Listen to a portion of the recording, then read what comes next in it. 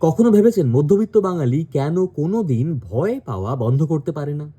এর কারণ যে মধ্যবিত্ত বাঙালি ভীতু তা কিন্তু নয়, বরং তাদের জীবনে নিশ্চিন্তে থাকার কনসেপ্টটাই নেই।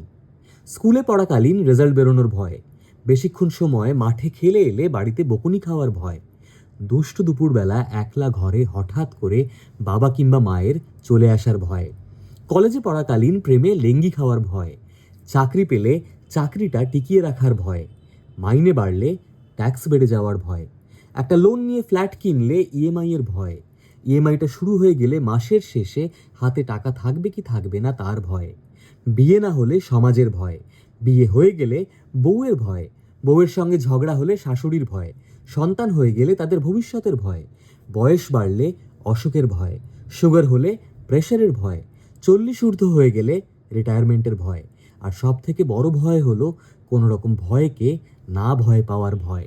মধ্যবিত্ত কিন্তু আসলে ভয় পায় না, বরং ভয়কে সে নিজের সন্তানের মতন বড় করে তোলে। ছোটবেলায় আমাদের শেখানো হয়েছিল এখন বেশি হাসলে কিন্তু পরে কাঁদতে হবে, তাই ভালো কিছু ঘটলেই সবার আগে আমরা খারাপটাই কল্পনা করি। একটা নতুন প্রমোশন মানে আবার কাজের চাপ, একটা গাড়ি মানে আবার বাড়তি খরচা, হঠাৎ করে একটা সুখবর আসা মানে কারোর নজর লাগবে না তো।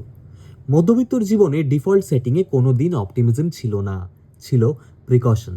তাই একজন মধ্যবিত্ত বাঙালির কাছে একটা বাড়ি বা একটা গাড়ি কোনো দিনই একটা বড় অ্যাচিভমেন্ট নয়, বরং এই প্রত্যেক দিনকার ভয়টাকে বুকের ভেতরে চেপে রেখে দিয়ে কাউকে টের না পাইয়ে পরের দিন সকালবেলা ঠিক 9টার মধ্যে অফিস পৌঁছানোটাই তার কাছে একটা সাইলেন্ট ভিক্টরি।